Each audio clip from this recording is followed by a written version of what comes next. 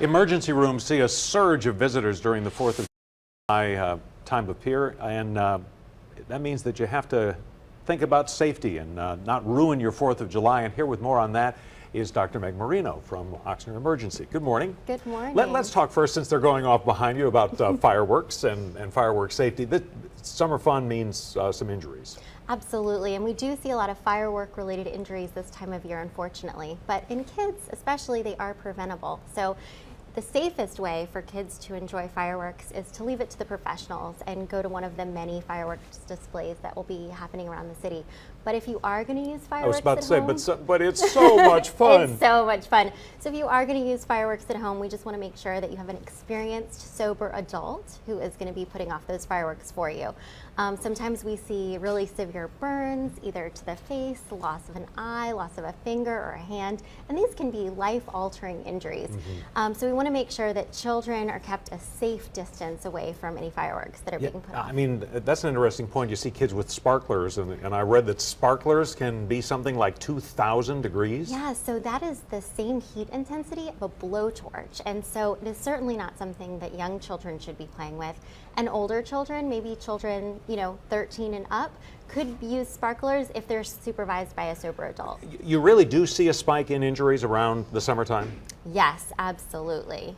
We see a few firework injuries around New Year's as well, but really we see a ton of them around 4th of July. All right, swimming I know is an issue. Unfortunately, it can be fun can end very tragically in like an instant, it seems. In an instant. So unfortunately, we do see a lot of water-related injuries this time of year. 4th of July, people are enjoying the pool, outside, they're with a lot of friends and family, they're cooking, they're distracted. So even children who are used to swimming and families that are used to the water, we do see a lot of water-related injuries this time of year. And you made an interesting point just when we were chatting before we began the segment about kiddie pools and how it takes a very, very small amount of water for a young child or an infant to get in trouble. Absolutely. So an infant or a toddler can drown in just 1 inch of water. So even kiddie pools can be very dangerous for small children. We want to make sure that a sober adult is within arm's reach and in the water with any infant or toddler who's in the water, and that there is a sober adult with both eyes on the kids within who are swimming in the water. And, in a way, it almost seems like having a lot of adults can be a problem because everybody thinks that, somebody's watching. That's a collective thing. Absolutely. And somebody told a story the other day of another child and saying, hey, wait, look at that. So we really do see a lot of drownings and near drownings of children at pool parties because there are so many adults. Everyone thinks that someone else is watching the children.